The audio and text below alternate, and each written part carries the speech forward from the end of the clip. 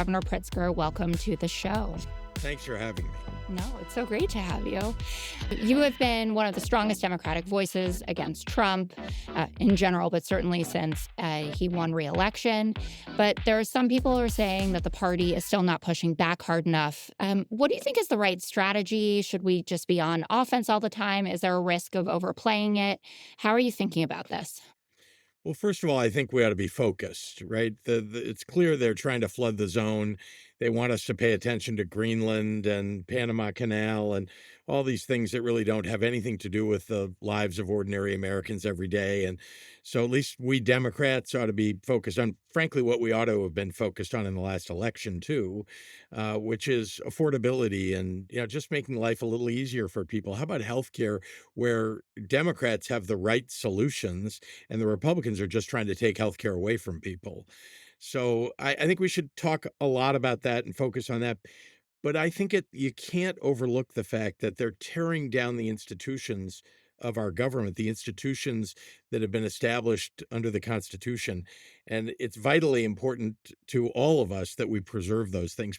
But again, average folks out there, if you knocked on 100 doors and talked to people at the doors, and I've knocked on a lot of doors, nobody's going to say, oh, yeah, democracy, that's the number one issue, even though it is something that is, affecting people's daily lives. It just doesn't feel like that. It's, when you buy your groceries, when you go to buy your automobile, as soon as these tariffs go in with Canada and Mexico, which make no sense at all to me, unless you're trying to provide a large tax cut to the wealthiest Americans, of course. But because they're trying to collect from the American public those tariffs. That's Yep. who's going to pay. So anyway, we've got a lot of work to do to make sure that we're communicating with the public in the right way. But sounding the alarm is something that I think is hugely important. It's what I've tried to do. It's why I gave the speech that I gave last week, talking about the death of a constitutional republic. And I wish more people were out there and out front, raising attention. Why do you think that they aren't? Because it was a very clear message on November 5th that type of messaging did not work, right? The Liz Cheneys of the world did not compel that many people, or really compelled the same percentage of moderates that voted for Biden in 2020. It was mirror image essentially in 2024. So there are a lot of Democrats who are concerned about adopting that strategy, but you seem fairly unconcerned. Well, you mean the strategy of which? Going out there, and you talked about comparisons to 1930s Germany in your State of the State. Yeah, but that wasn't a campaign message. I mean, that is my personal belief. I helped to build a Holocaust museum. I'm Jewish. I've been fighting anti-Semitism, well, it seems like my whole life now. And so I really felt compelled to talk about what's happening in the country broadly. It wasn't, about what I think the message for 2026 ought to be, or 2028. And that's why I really think we ought to be focused. If you want to talk messaging, it needs to be around the challenges that people are facing every single day. Going to the grocery store and can't afford eggs or, tomatoes or avocados or, anything else that you're looking to buy, knowing that you want to go buy a car and now prices are going up. And by the way, they promised that they were going to lower prices on day one. Yep. That's what they said. I don't know how they intended to get that done on day one, but that's what they said they would do. We're on day 39 now, and prices have only gone up, not down. And they're making it worse with the tariffs, which again are taxes on middle-class Americans and working-class Americans. So I think that's the message. If you want to talk about, what matters to people, it's their daily lives. Can I send my kid to college affordably? Can I save for retirement? Is there a way to get a better wage and a better job?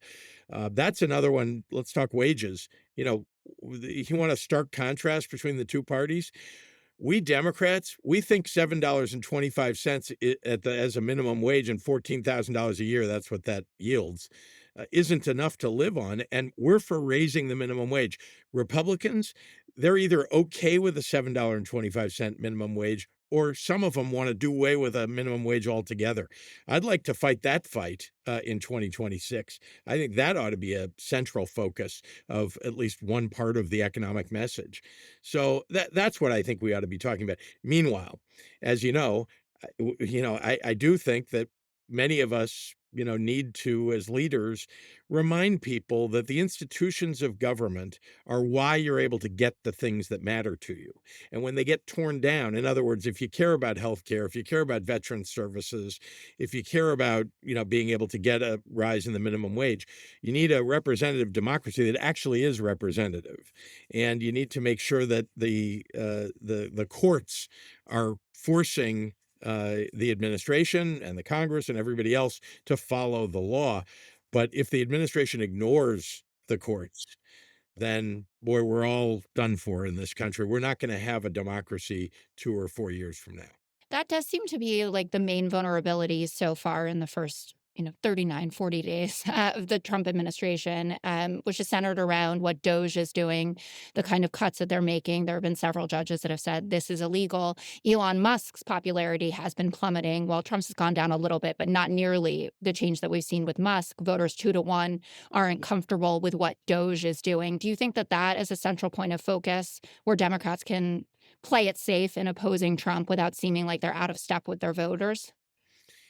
Yeah, I was asked this earlier today at a press conference. What should we do to amplify this? Look, it's happening on its own. I can tell you that we've seen polling data in the state of Illinois where back in December and January, voters out there wanted leaders in Illinois to work with Donald Trump to get things done. We're now month and a half after that, and I've seen polling data very recently that says, actually, instead, now they want you to resist Donald Trump. So Mm. that's the beginning of the fall of his numbers, and it's gonna be a challenging, I think, spring and summer for him because people's lives are being affected in a negative way. Um, I do think that one of the things that we need to be doing is talking about not only preserving important institutions that preserve people's way of life.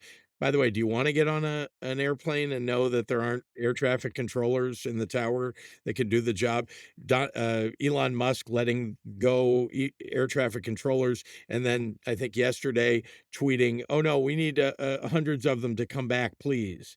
The Ebola scientists that they fired and then discovered, oh, I guess we do need to actually react when there's a deadly disease that needs to be addressed. So, so those institutions and NOAA, I don't know if you've heard about they're Yeah. shutting down the National Oceanic and Atmospheric Administration.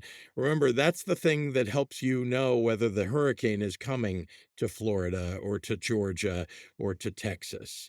And so these are the things, if they tear all that down, your daily life is going to be affected. And that's what's happening now. So, what should we be doing? Well, first, we need to highlight what they're tearing down. Medicaid. Yeah. If we're not talking about Medicaid and healthcare for people, we're missing the boat because seniors, children in my state, half of children are on Medicaid, half. And seniors, everybody either has a grandma or has a friend with a grandma who's in a nursing home because she has Medicaid and won't be in the nursing home if she loses her Medicaid. So these are the things I think, again, that we ought to be focusing on. And I think that's why you're going to see those poll numbers dropping. You are right about Elon Musk. Those numbers have been dropping like a rock. Yeah. And it's certainly a feature of talking points to point at this person who is literally the wealthiest person in the world and who is now essentially running the US government. It used to be that government was actually the check on too much power and particularly, remember Teddy Roosevelt and antitrust laws. That's why there are antitrust laws. You don't want any one company or any one person to have too much economic power in this country. You're absolutely free to go out and earn like heck and become a millionaire and a billionaire, but you shouldn't be put in charge of the reins of government, which are supposed to be regulating your business. Well, especially if you don't even have a real role. And I think all of us were a little bit surprised to hear that Amy Gleason is actually the administrator of Doge. I think she was on Mexican vacation when she heard about that one. But I do agree with you that that seems to be the soft spot in all of this. And you brought up Medicaid, which I wanted to talk to you about. This spending bill that the Republicans have pushed through narrowly through Congress looks a bit dead on arrival in the Senate. Even hardcore conservatives like Josh Hawley are saying they are not going to sign anything that cuts Medicaid like that. 21% of his constituents are on Medicaid. But you've seen Hakeem Jeffries centering his messaging around these cuts, specifically to Medicaid. What will Illinois do to protect Medicaid beneficiaries if these cuts do come through? Are you guys going to back them up and make sure that they still have their health care? Or what can people do on an individual state basis? Well, let me be clear up front that I believe in universal health care. And that doesn't mean that we have to have one system that covers everybody. It does mean that we've got to have systems that cover everybody. And Medicaid is part of that patchwork of systems that we want to put together. Medicaid, I mean, I can't even tell you how important it is that we preserve that, and that's a central part of a message. But what will we do in the state of Illinois? Well, let me make clear what we're talking about. If they do away, even just with the expansion of Medicaid, and I expect, based on the budget that was passed in the House, if that were to become law somehow, the only way they could make that work is to cut Medicaid even further than just the Affordable Care Act. But let's talk just about the Affordable Care Act. 770,000 people in my state would lose health care. And if we were to try to make that up, it would be $7.4 billion. Now, our whole budget for the state is $55 billion. That's what I proposed. $55 billion. We don't have $7 billion to try to make up for the federal government not sending us those dollars. So it would be devastating. And what would we do? Well, we'd have to, first of all, we'd lose our rural hospitals and our safety net hospitals, rural hospitals across most of my state, safety net hospitals in Chicago. And we can't afford to lose those. So we would have to shore up those hospitals. We'd have to make sure that there's as much free care as we could provide, which, without having $7.5 billion, going to be very difficult to do.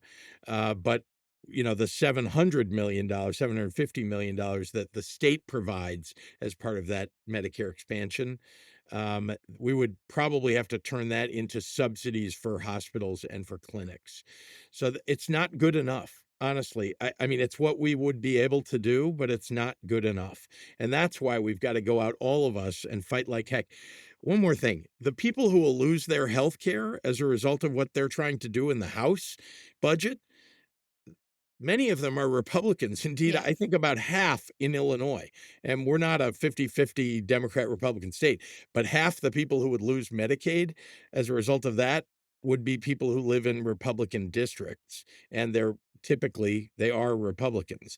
Rural Americans who have most often voted for Donald Trump um, didn't know when they voted for him this last time that they'd be losing their health care. So I don't know what to say. I mean, I'm frustrated as heck by this because if I had the resources available, of course, I would put that back in place and make sure that people are not harmed by what the congressional Republicans and Donald Trump are doing.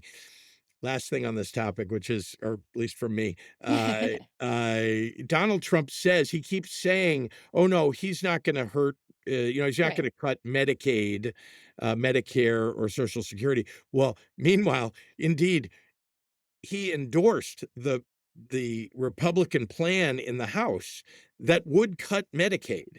So he's lying. And I mean, I don't think that's a surprise to a lot of people. He's lying.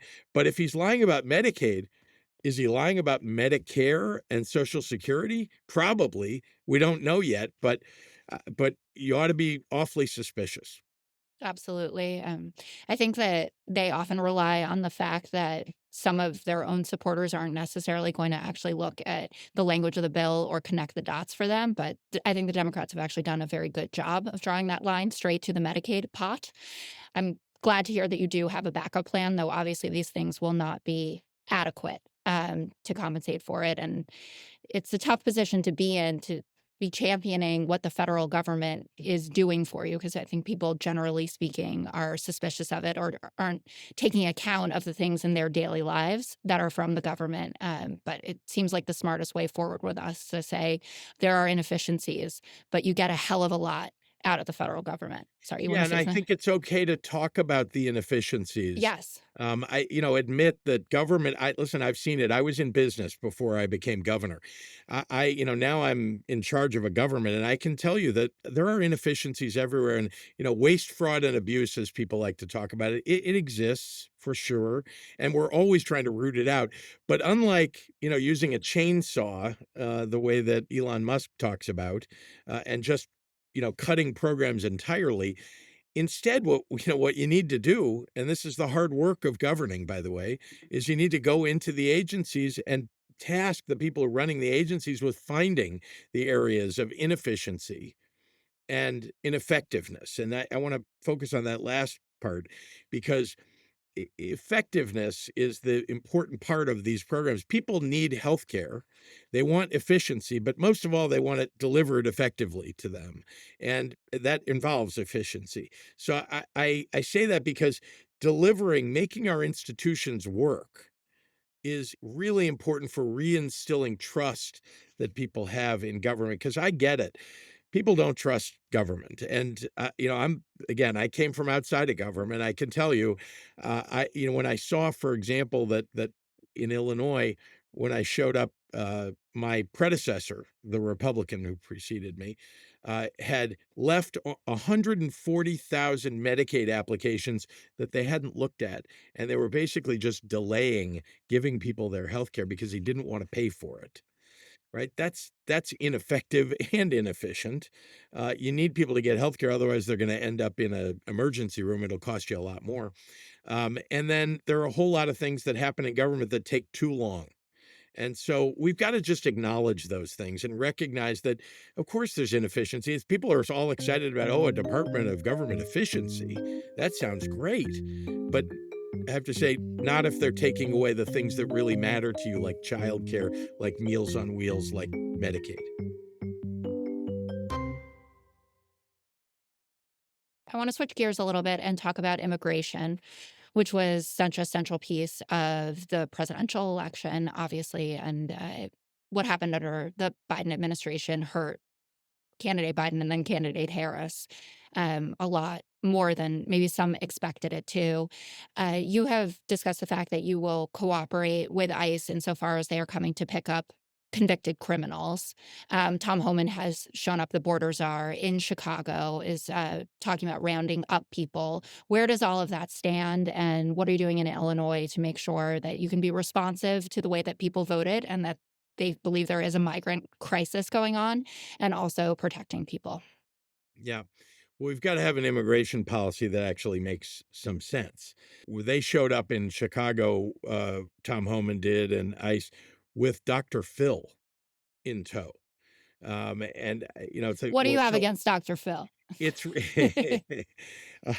listen, I think everybody in government could use a therapist. But the fact is that showing up with a television personality, I mean, it really tells you it's all for show.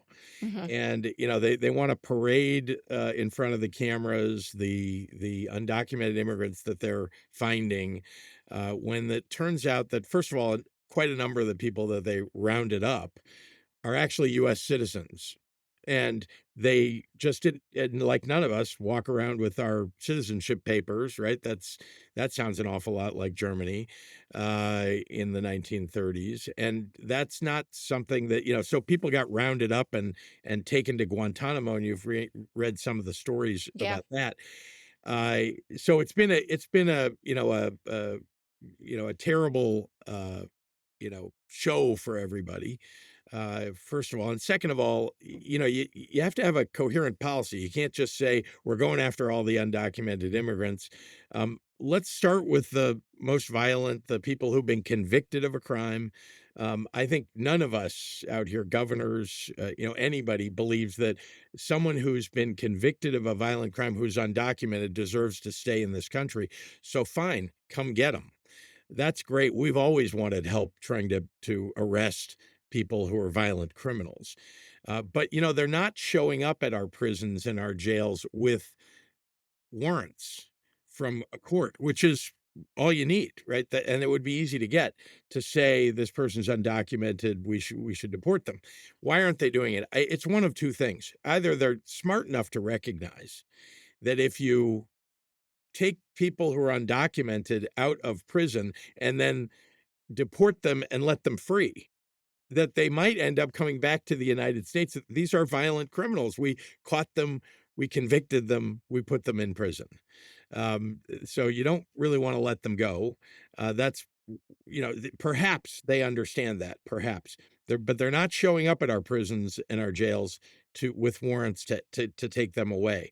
Uh, the second thing I think, just to point out, is that uh, there are a lot of undocumented people who live in Illinois and all across the country who are law-abiding citizens, or residents rather, who hold down jobs, they pay taxes. They're actually pillars of their community. They're our neighbors and our friends often, and these are the very people that if you had a good immigration policy, you'd want to come into the country. So if they're already here, how about we give them a path to staying here? Again, these are people, law-abiding, good people. Some of them own businesses, or, you know, they've started businesses in this country. So, and the last point I'll make is that, you know, because again, I'm a business person. You look at the Fortune 500, 46% of Fortune 500 companies were founded by immigrants or their children, their first generation children. We want immigration in this country. It's good for our economy. It's good for the future of the country. And with birth rates going down, we're the one country in the world that is founded in many ways on immigration. And so we ought to take advantage of that. When you look at all the other wealthy countries in the world, we're the one that really has the opportunity to take advantage of our history and our belief in immigration to help ourselves in the world economy.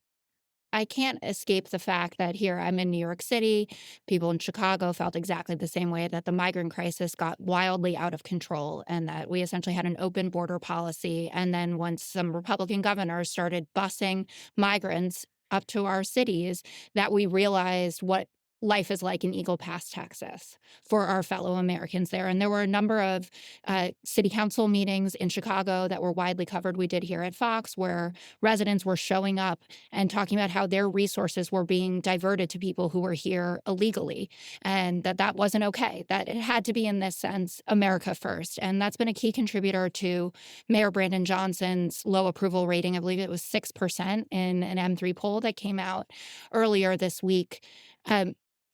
What can be done about that to make sure that, people who love the cities that they live in, who love immigrants the way that you're talking about, but feel like we're not on their, or people in elected office are not on their side, feel like they're more responsive to them?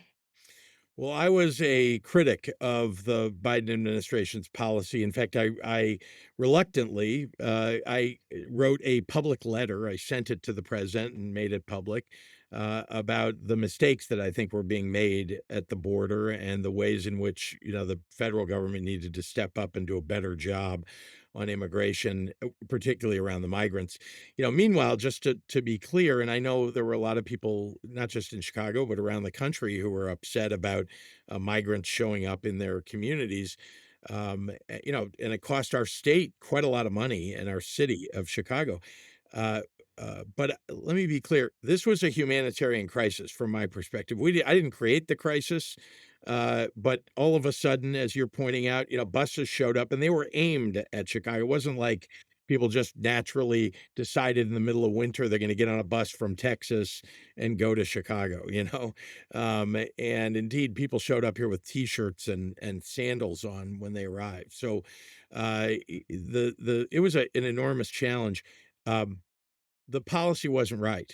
But when people show up, you know, we're Americans, you know, it doesn't, you know, at that moment when someone is, you know, without shelter, without the proper clothing, and needing to be fed, you do all those things. And we did those things because it was the right thing to do. But yeah, the policy was wrong. And we need to have border security, And I love, by the way, that Ruben Gallego, I think, says it best. You don't have a country if you don't have a secure border. Yep. So let's have a secure border, but let's also have like robust immigration and immigration that isn't just about people who are willing to pay 5 million or have $5 million to pay for a gold card to get into the country and take advantage of whatever tax breaks they might be given, but also immigration that allows people like my family, who came here 3 generations ago, and had nothing. We were refugees from Ukraine. Would have been killed had they stayed, as many Jews were, and were allowed to come into this country and had nothing, but the most driven people, that are in our country are often the people who show up from somewhere else, escaping something, wanting to make a better life for themselves and their families. And so that's it's a challenge. There's no doubt, but it doesn't seem, frankly, all that complicated if you secure the border, which we can do. Mhm. It seems like it's happening now, but you can secure the border, but also think about the economic future of the country is dependent upon having more immigration, not less. Absolutely. I want to stick on Chicago for a second and talk about the public school education problem, which is Mhm. not just an issue for Chicago. It's happening nationally, but particularly pronounced there. Uh, bad testing rates. You have low enrollment, kids not showing up to school, teachers' unions want a new contract. Uh, how do you think we can revive the American public school system? Yeah. Invest in it. Let's begin with that. But also, I'd like to just challenge at least a couple of notions you put forward.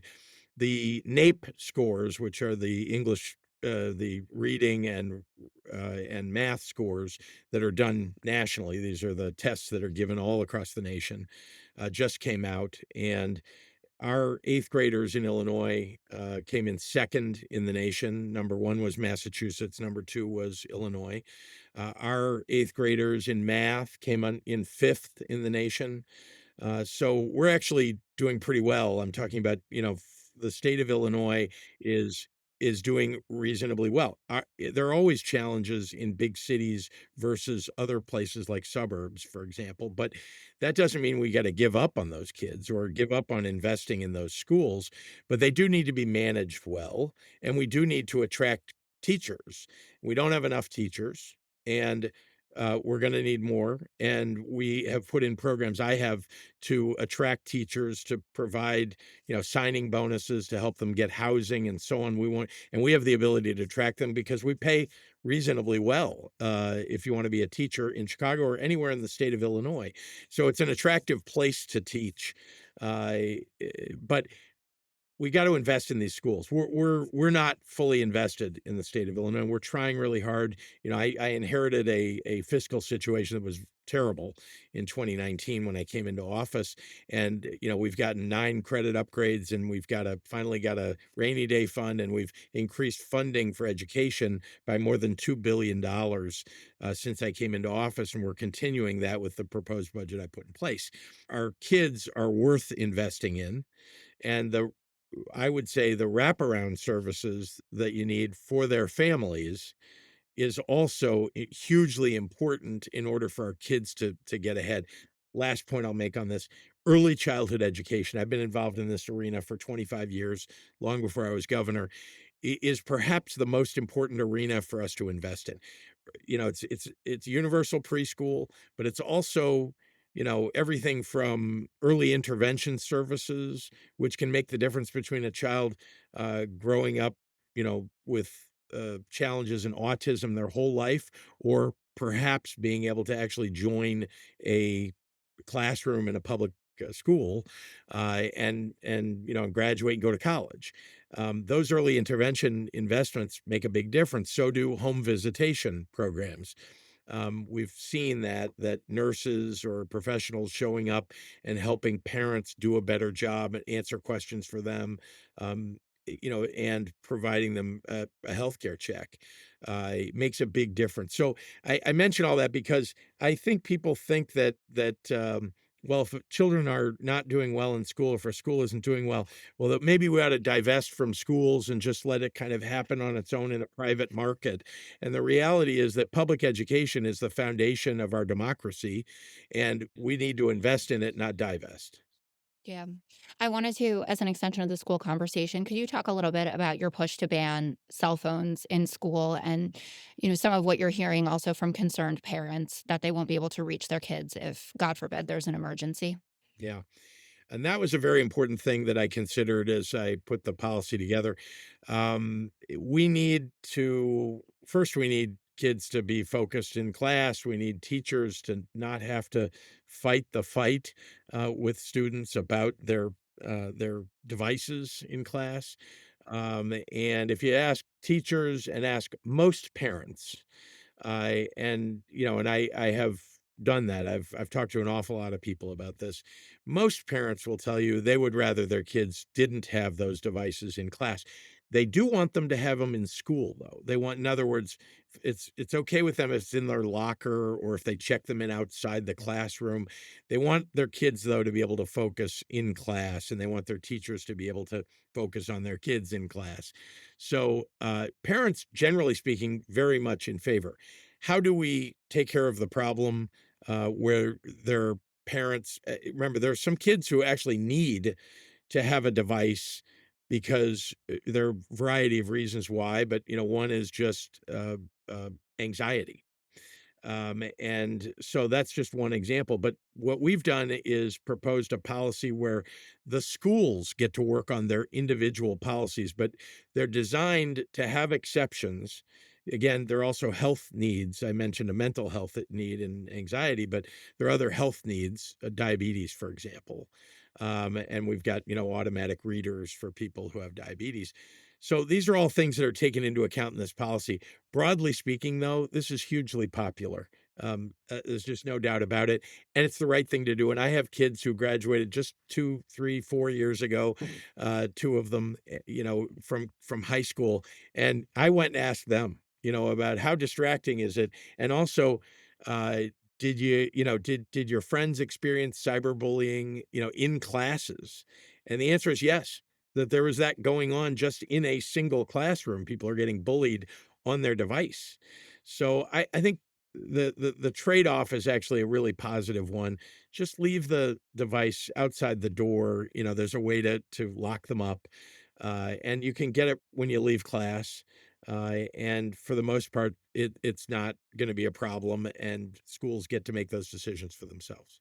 Last thing, and I do this with all of our guests. What's one thing that makes you rage, and what's one thing that you think we should all just calm down about? One thing that makes me rage is, and it's just a funny thing to say in the context of that question is, uh, watch our public officials and what's happening in our political life, and it's like people have forgotten how to be kind. And it seems to me that the whole purpose of public service is to, deliver what people need to make their lives better. And that seems like a, you know, part of the answer to the question of how can you be kind? And we ought to be kind to one another. And what makes me rage is to look at the political arena and see that seems to have gone out the window. So it drives me, crazy. It's not something. I'm not a person who will rage in public. But you saw the speech that I gave Yeah, about the death of a constitutional republic, and obviously my experience. My own family escaped the pogroms in Ukraine. I helped to build a Holocaust museum, so you can imagine that watching our constitutional democracy be torn apart is enraging to me. absolutely. And calm down about something? Or should we just Oh, stay? I'm not sure what to calm down about Okay. right now. That's an answer. I Yeah, totally but get it. but but I do think we've got a lot of work to do, all of us, to refocus ourselves on the direction of the country, and again, on the most vulnerable people in our society, working class Americans, middle class Americans. That's where we ought to be focusing, and not letting the richest man in the world dictate the policies of the US government. Amen to that. All right, Governor Pritzker, thank you so much for your time. I Thank loved you. getting to interview. Appreciate you. Thank you.